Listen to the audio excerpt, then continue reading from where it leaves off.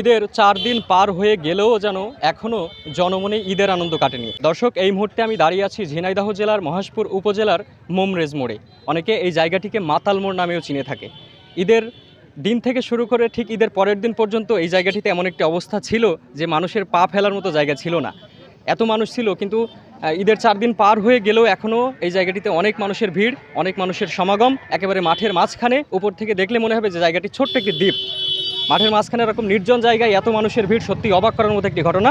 দর্শক, এই টোটাল বিষয় নিয়ে আপনাদের সাথে আছি আমি মুজাহিদ, ক্যামেরায় আছেন কাজী সম্রাট। আসসালামু আলাইকুম। ওয়ালাইকুম আসসালাম। কেমন আছেন? আলহামদুলিল্লাহ ভালো।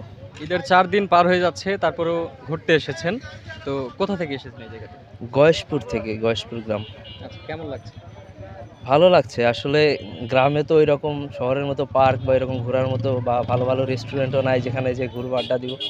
গ্রামে এরকম ফাঁকা জায়গা যেখানে একটু খোলামেলা পরিবেশ, বাতাস পাওয়া যায়, ওখানেই ঘুরতে আসা হয় আসলে। তো গয়েশপুর থেকে আসছেন, অনেক দূর থেকে আসছেন, তো এই জি, জায়গাটির সন্ধান কিভাবে পেলেন? অনেকের মুখে মুখে শুনছি যে এরকম একটা জায়গা আছে, ওখানে ভালো ঝালমুড়ি বিক্রি হয় বা সবাই ঘুরতে যায় বা পরিবেশটা ভালো, এই জন্য। ঈদ কেমন কাটলো? আলহামদুলিল্লাহ অনেক ভালো কেটেছে। ঈদে এবার আমি আমার বাবা মাকে সময় দিয়েছি, তাদের নিয়ে ঘুরেছি। মানে ফ্রেন্ডদেরকে আর ঈদের দিন তাদের সাথে ঘুরি নাই, বাবা মায়ের সাথে ঘুরেছি। ঘুরে দ্বিতীয় দিন মানে পরের দিনগুলো বন্ধুদের সাথে ঘুরতেছি। আসলে মমরেজ মোড় এই জায়গাটা, যেহেতু আমাদের যে অঞ্চল একেবারে গ্রাম অঞ্চল, বর্ডার অঞ্চলের মানুষ আমরা, এখানে বিনোদনের আসলে জায়গার খুবই অভাব। যে একটি জায়গা আছে, এই যে মমরেজ মোড় নামে পরিচিত, এই জায়গাতে আসলে আমরা সর্বদাই দেখি যে বিভিন্ন উৎসব অনুষ্ঠানে অনেক লোকজন বিভিন্ন দূর দূরান্ত থেকে আসে। শুধুমাত্র যেটা আমাদের বাঁশবাড়ি ইউনিয়ন বা পার্শ্ববর্তী যেটা, মানে এটা একটা একদম মিডিল পয়েন্টে, যেটা বলা যায় যাদবপুর এবং বাঁশবাড়ি ইউনিয়ন, এই দুই ইউনিয়নের মধ্যবর্তী একটা স্থানে জায়গাটা। কিন্তু এই দুইটা ইউনিয়ন ছাড়াও আমাদের মহেশপুর উপজেলা, পার্শ্ববর্তী অনেক উপজেলা থেকেও আমরা দেখি যে প্রতিটা উৎসব অনুষ্ঠানে এখানে মানুষ জড়ো হয় এবং তারা তাদের বিনোদনের খোরাকটা এখান থেকেই পূরণ করে।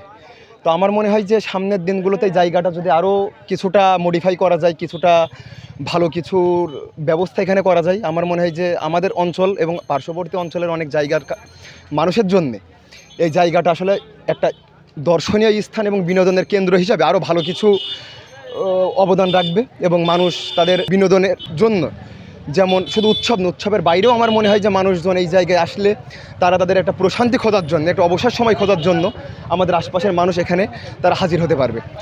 এর পাশাপাশি আমার মনে হয় আরও কিছু জিনিস আমাদের স্থানীয় প্রশাসন, যেমন ইউনিয়ন পরিষদ, এবং আমি পিওনো মহোদয়ের কাছেও আমি আসলে দৃষ্টি আকর্ষণ রাখতে চাই যে এই জায়গাটাই আরও ভালো কিছু করতে পারলে এবং এখানে একটু এই জায়গাটার উপরে যদি একটু দৃষ্টি রাখে, তো আমার মনে হয় যে আরও মানুষজনের সমাগম বাড়বে এবং মানুষজন নিশ্চিন্তে, নির্ভয়ে এবং অনেকটা ঝঞ্ঝাট মুক্তভাবে এই জায়গাটাতে তারা চলাফেরা করতে পারবে।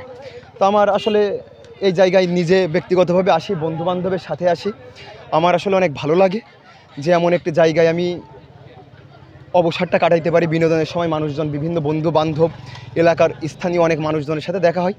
এইটা আসলে একটা ভালো দিক এই জায়গার।